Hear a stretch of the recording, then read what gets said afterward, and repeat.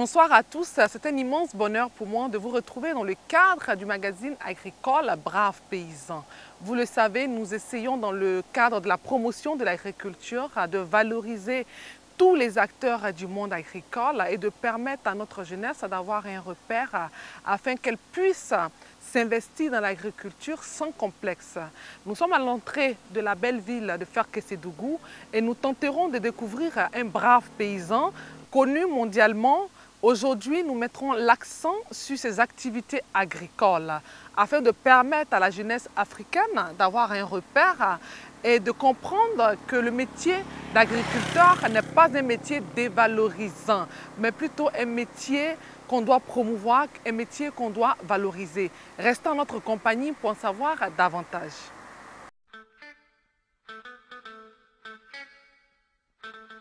L'agriculture, on le sait, est le poumon économique de la Côte d'Ivoire.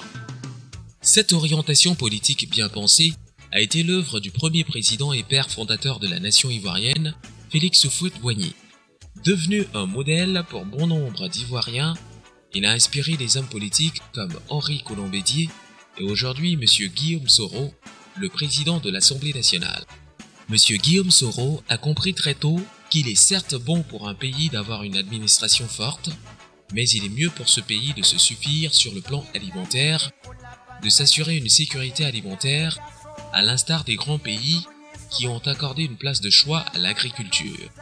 C'est pour encourager et honorer un homme qui est un modèle dans le travail de la terre que l'équipe du magazine agricole Braves Paysans s'est rendue à 30 km de Ferkessédougou, plus précisément à Sango Paris. Premier responsable du pouvoir législatif dans notre pays, fonction qu'il exerce depuis peu avec brio, il est aussi un passionné du travail de la terre. Propriétaire d'un grand verger, planté de manguiers et de citronniers, nous l'avons trouvé en compagnie de ses manœuvres, en train d'aiguiser sa machette, après avoir enfilé ses bottes pour commencer les travaux.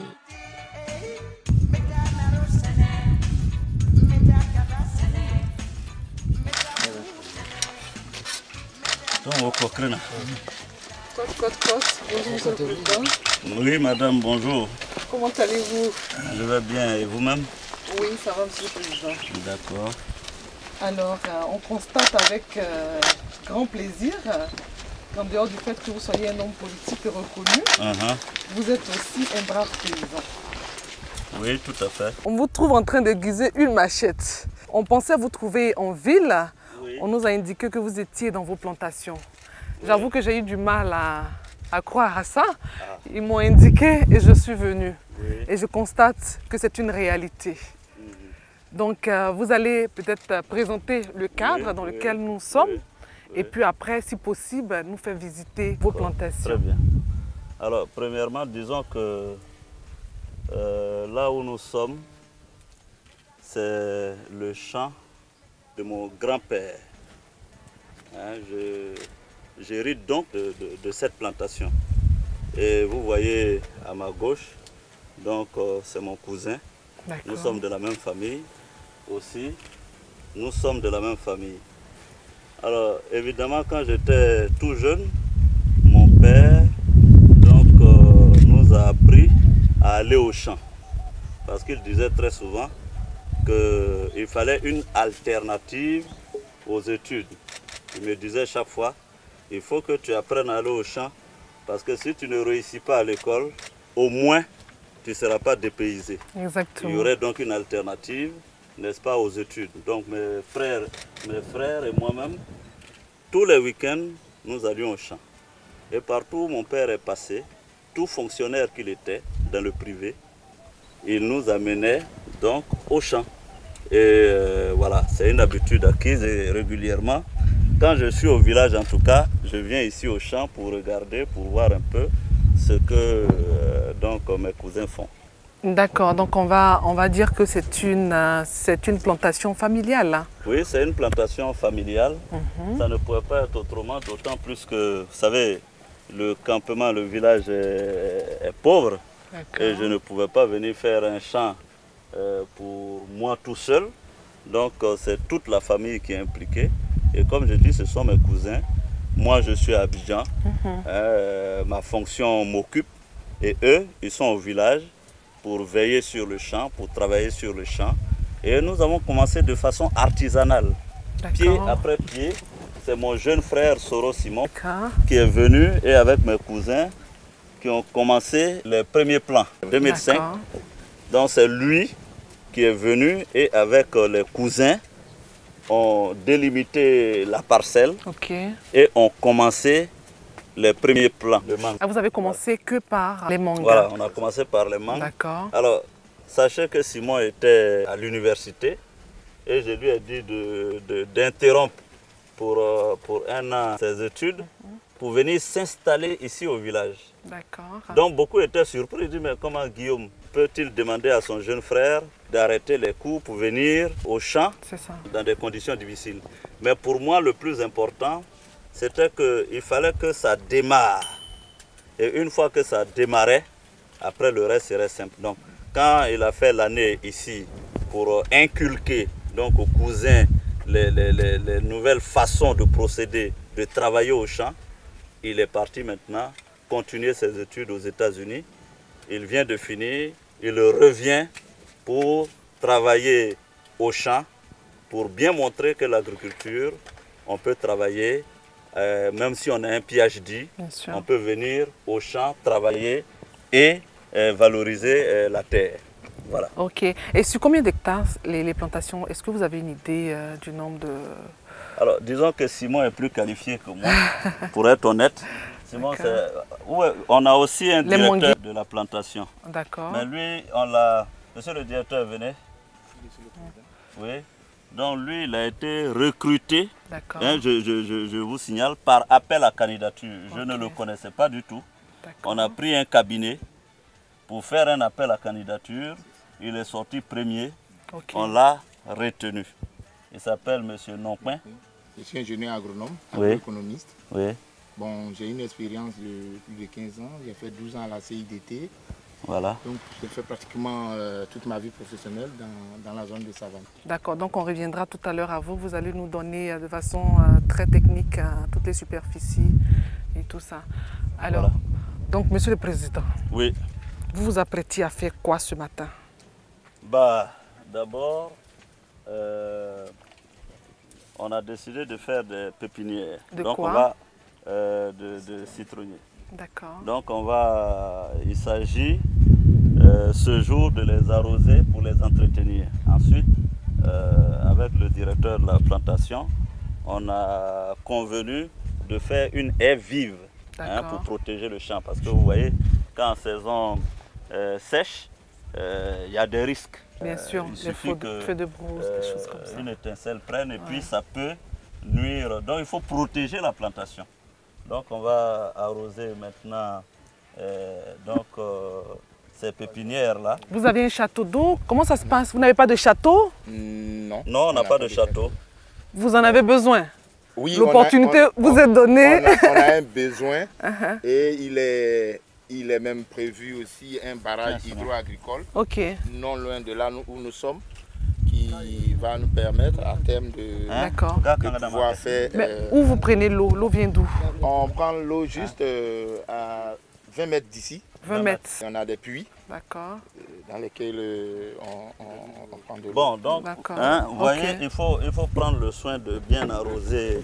C'est bon, madame. Oui, Monsieur le Président. Nous allons arroser. Si vous je vais vous aider, bien sûr, Monsieur le Président. Je m'y connais, ne vous inquiétez pas.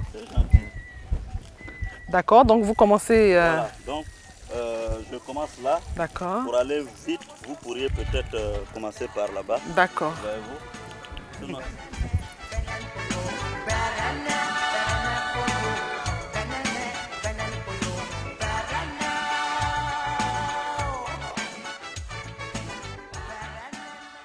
Monsieur le Président, pourquoi ne pas penser à mettre un système d'irrigation? Ce ne serait pas plus simple? Bah, ce serait l'idéal. Oui. Mais comme je vous l'ai dit, nous avons commencé petit à petit. Donc pour le moment, nous continuons avec ces arrosoirs. C'est peut-être dérisoire, mais il fallait bien commencer. Donc nous avons commencé et avec la planification et la programmation du directeur de la plantation, nous allons au fur et à mesure, n'est-ce pas, donc moderniser et arriver à un système d'irrigation plus complet. Très bien. Voilà. Donc après l'étape de la pépinière, quelle est la seconde étape? On se dirige vers... Alors donc on va aller vers les citronniers qui ont été plantés depuis, je crois, 2006. Oui. Et on va voir si ça produit. Oui. Hein? Et vous savez que c'est important pendant les périodes de fête. Pour le moment, ce n'est pas en quantité industrielle. Oui. Mais pendant les périodes de fête, par exemple de Ramadan ou autre, on utilise beaucoup. C'est prisé. D'accord. Donc, voilà. Il faut un service de ramassage. Voilà, il s'agit de ramasser. D'accord. Hein? Attention, il y a des piquants. Si. Donc, à cette période, on peut ramasser les citrons. D'accord. Et voilà. Allez-y, prenez. Voilà. Donc, en principe, vous aurez dû prévoir un panier quand vous les ramassez parce que après ils s'en occuperont. Oui, les ouvriers feront le reste. Ok. Voilà. Donc, vous pouvez les mettre dans votre poche en attendant. D'accord, Monsieur le Président, je mettrai ça plus tard. Donc, on peut retrouver ces citrons-là sur le marché de Ferké. Voilà, tout à fait, sur le marché de Ferké. Alors, vous voyez, on vient de prendre des citrons. Oui. Mais j'ai beaucoup insisté sur cette plantation, sur la diversification. Parce que comme c'est une plantation familiale, il faut qu'on puisse retrouver plusieurs productions. Exactement. Pour permettre qu'il n'y ait pas de rupture saisonnière. Hein, si il n'y a pas de citron à ramasser, on peut avoir par exemple le miel. Exactement. Donc on va aller tout à l'heure au rucher, je vais vous montrer. Ça. Et c'est une bonne combinaison, hein, associer le miel au citron.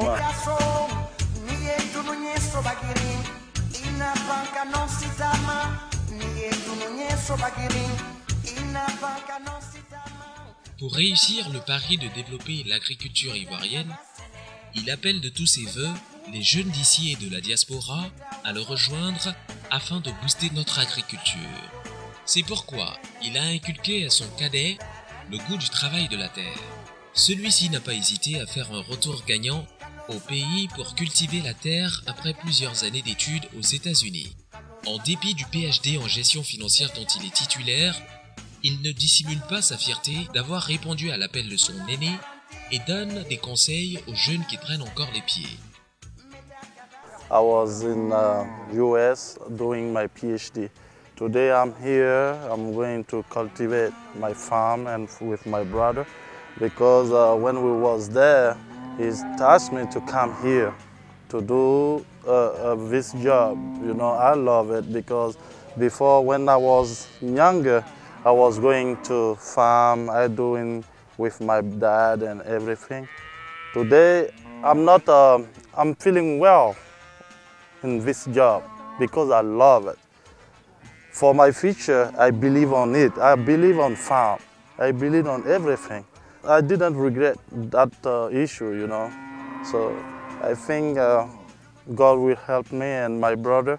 I love his advice because he's president in assembly, but I decide by myself to come here to work.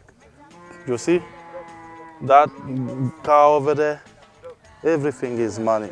You have to improve yourself, you have to work, you have to get more knowledge to go forward. The reason why I'm here, I want to improve the farm. I want to improve myself. I want to make money.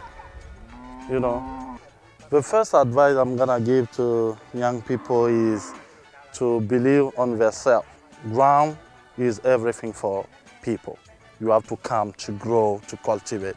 That's the first thing God gave us. Don't stay at home, don't stay on the city and stay there, you are not doing anything, you are not making money. Come, take my experience and do whatever you want. Farm is the first thing you can make money. You can help yourself. You can help your people. You can help the country. you can reduce the unemployment. It's very important. I trust on ground. I trust on ground, I trust on farm. I think it's the first thing where people can be independent and to help themselves to become wealthy. I believe on it. The reason why I stopped my study, I stopped my PhD in United States and come here for that because my brother, but I did some research on, agriculture. So I think it's the best thing to do in Africa, to help people to be independent, to be wealthy by yourself. You don't need to get stressed because you have to go, you have to wake on the morning, you have to manage your own schedule. So the reason why I think it's the best thing for me to be here and to work and to improve myself. Because I'm not gonna wait for on the end of the month to get my pay. I can get my pay anytime. En vue de diversifier sa production, le président Soro s'est aussi investi dans l'apiculture pour produire du miel de qualité. C'est pourquoi il a installé des ruches à différents endroits du champ, cette astucieuse introduction d'abeilles dans un verger étant favorable à la production des fruits. Alors donc vous voyez là, on a une ruche et on en a comme ça 25. Comme je dis, ce n'est pas une exploitation industrielle. Exactement. Je voulais du miel sain, pur. Donc on a installé ces ruches-là pour notre consommation familiale. Exactement. Alors vous voyez, pour l'instant, à l'intérieur, il n'y a pas d'abeilles. Sinon, je ne me permettrais pas d'ouvrir et de m'approcher comme ça. Mais donc, à une certaine période, dont elles seront habitées. Et une ruche comme ça peut produire, mettons, bon an, mal an, autour de 5-6 litres de miel.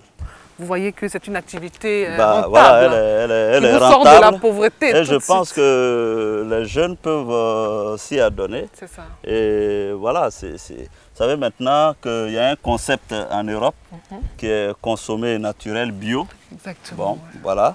On a du miel à l'état naturel, pur.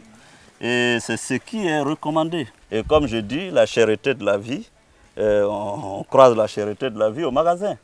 Mais ici, il n'y a pas de cherté de la vie. Exactement. Parce que c'est tout donné. Je vous ai parlé de cette méthode et de cette ruche. Elle n'est pas la plus moderne. C'est sûr. Il y a des ruches et des techniques plus modernes. Et je veux justement moderniser. Le directeur de la plantation m'a bien fait voir et comprendre qu'à un moment donné, on ne va pas se limiter à la consommation familiale. Bien sûr. Il faut que ce soit industriel. Et pour que ce soit industriel, il faut passer à un autre niveau de technicité. C'est ça. Mais en même temps, il faut trouver des débouchés pour écouler ce miel-là. Donc, il était à la recherche de personnes qualifiées. Donc, monsieur le directeur de la plantation, vous pourrez peut-être expliquer plus en détail. Installer une ruche dans son champ, c'est avoir une très bonne vision. En ce sens que on n'a pas besoin d'espace pour faire cet élevage d'abeilles. Et la culture moderne, l'élevage d'abeilles qu'on appelle l'apiculture, c'est la meilleure des façons de pouvoir sauver les essaims d'abeilles, contrairement à l'apicueillette qui, on a vu détruire la forêt, détruire les arbres, détruire l'environnement. Quand on fait l'élevage moderne, cette apiculture, on sauve les essaims d'abeilles. Grâce à la pollinisation des abeilles, quand les abeilles vont butiner, elles arrivent à déplacer ce qui est important pour une plante de pouvoir produire. Quand vous avez par malchance des plantes mâles, ou bien vous avez pu installer des plantes mâles dans votre champ, grâce à la pollinisation, ces plantes-là peuvent produire parce que les abeilles vont aller de fleur en fleur, aller chercher, que ce soit une fleur mâle ou bien une fleur femelle, chercher ce qu'il faut comme élément pour envoyer dans cette plante mâle pour pouvoir produire. Donc, vous arrivez à multiplier votre production.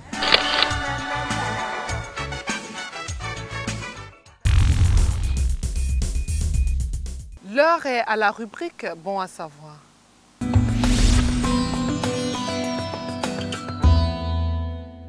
L'année 2013 pointe à l'horizon avec beaucoup d'espoir. En effet, nous avons tous suivi en Côte d'Ivoire le programme national de développement de la Côte d'Ivoire qui a été fort bien défendu en France par le président de la République et tout le gouvernement. C'est aussi l'occasion pour le secteur agricole à qui l'on a fait une part de choix d'espérer d'un avenir meilleur. Par rapport à ces perspectives, la filière palmier à huile profite de cette occasion pour présenter ses vœux les meilleurs à toute la Côte d'Ivoire et notamment à tout le secteur agricole. Le développement de la Côte d'Ivoire reposera pour longtemps encore sur le secteur agricole. Et donc chacun de nous, chaque secteur, chaque filière doit prendre sa part résolument dans ce développement. Donc nous présentons nos vœux les meilleurs à toute la Côte d'Ivoire et que ce pays connaisse la paix, la tranquillité et la sérénité.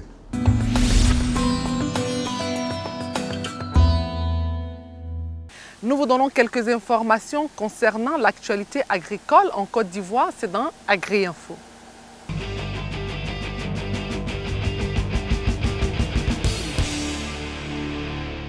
Les JNVA organisés à Ferkessédougou ont été une réussite totale au vu des organisations agricoles et des coopératives qui ont effectué nombreux un défilé magistral. C'est plus de 500 coopératives de la région du Tchologo qui ont massivement répondu à l'appel de Abba à la place du monument aux morts. Toutes les filières étaient présentes. On peut citer la filière maraîchère, la filière du vivrier, la filière bétail et viande et les organisations agricoles. Pendant le défilé, elles ont toutes brandi à cette occasion les fruits de leur labeur.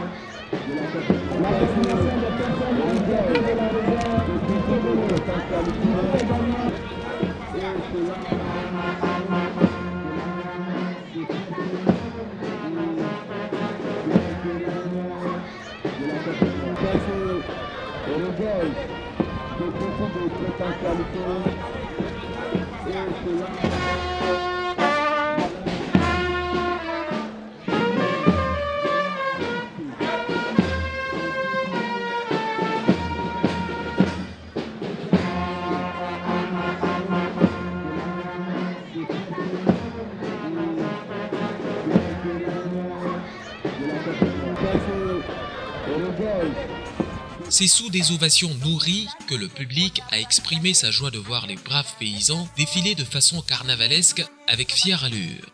Il faut noter qu'à ce défilé ont pris part les coopératives sœurs des autres régions de la Côte d'Ivoire qui ont été conviées à cette cérémonie.